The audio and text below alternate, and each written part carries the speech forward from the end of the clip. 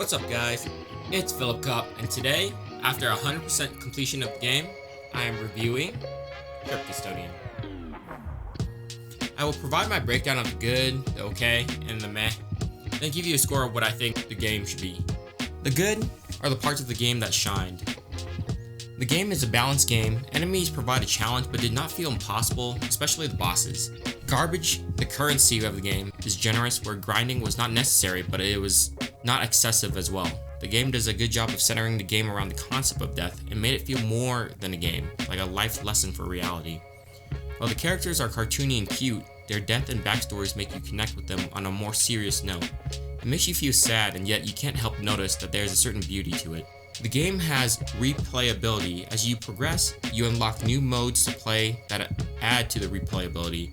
Upgrades provide a variety of different playstyles to try, and combined with the balanced gameplay, it is easy to get what you need to try out different upgrades between runs. The game has a very big map. As I was playing the game and unlocking new areas, I kept thinking that I was approaching the end of the map and thus the game, but I was constantly blown away whenever I unlocked a new area and art style that expanded the world map even further. It made me excited to see what new enemies and art I would encounter.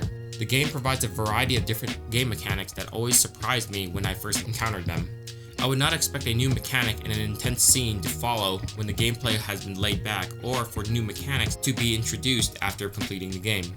Though okay, it's enough to notice, but some improvement would have made it better. The characters are cute, but I wish they did more, like quests or more interactions or something that was relatable to their backstory. I love them, but some of them felt like a checkpoint that you had to get through. Mira's interaction was by far the best in the game. It was fun seeing a few characters show up in different areas, but it felt like they needed something more. The con of a big map is that you need a good way to navigate it, and the game only provides a close-up view of the map and an overview that makes it hard to understand the paths since it's simplified into rectangles. If the game had a map zooming function, I felt that it would have been more helpful to quickly move from one corner of the world to the other and make the overall view less necessary. Scrolling against the map was slow and sometimes daunting as you had to find out where you were going. The meh. Elements that felt let down.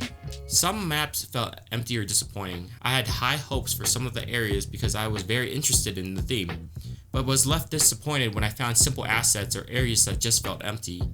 Some areas seemed to have a lot more focus and it really showed the character of the level, while others just made me feel like I had to get through it. Besides the upgrades and attacks that are in your chart, you get a handful of cat upgrades that are necessary to progress the game. Some of these are simply put pretty lame.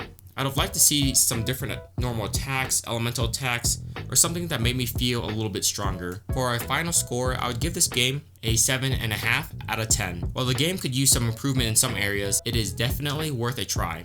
The characters are cute, the combat is forgiving, and the gameplay is fun. This has been my review of Crypt Custodian. Thanks for watching, and I'll see you in the next video.